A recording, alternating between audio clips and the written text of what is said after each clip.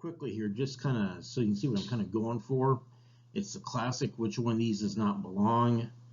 And I'm not necessarily going for like the definitive correct answer and gee, did you get it right or did you get it wrong? Um, Something like this, maybe everybody's just going to agree that C, the plate, is the odd thing out because everything else is utensil. But maybe someone will say, nah, D is the odd thing out because a fork will hold a food, a spoon will hold food, a plate will hold food, but the knife doesn't. Something along this line, maybe one kid says it's going to be the giraffe because the giraffe has a colorful pattern, or that the giraffe is skinny.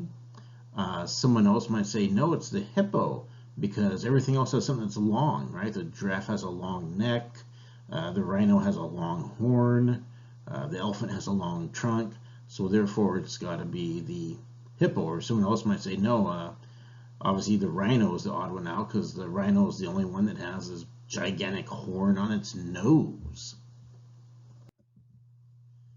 Here, maybe someone's going to say A, the mug is the oddball out because it's got a handle. Someone else might say, no, C, the goblet, because it's got a stem. D, that paper cup's the only thing that has stripes. B, the drinking glass, that's the only one you can see through, right? So it's hopefully going to get some dialogue going. We can praise students for different points of view, praise students for different types of answers. All the objects I'm trying to use will hopefully be something that they can recognize, or they can give a quick education about it. Situation here, maybe they all agree that the oddball out is A because it's not round, right? It's not a sphere. Someone might say, no, it's a D, it's the bowling ball because it's got holes in it. Someone else might say, no, it's C, the soccer ball, because primarily all you do is use your feet with that, right? You don't use your hands. It's a foot-only sport. Someone might say, no, it could be the bowling ball, D, because it's an individual sport, right? You don't have to be part of a team.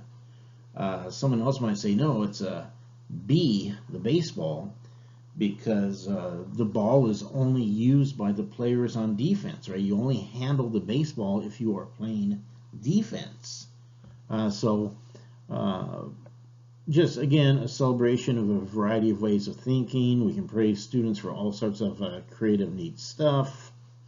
Right, and then of course, if they're like, well, gee, what is that? I'm hoping the objects are simple enough that we can give a quick education of, oh, you've never gone bowling before, you don't know what a bowling ball looks like, and we can discuss that. But it should be fun.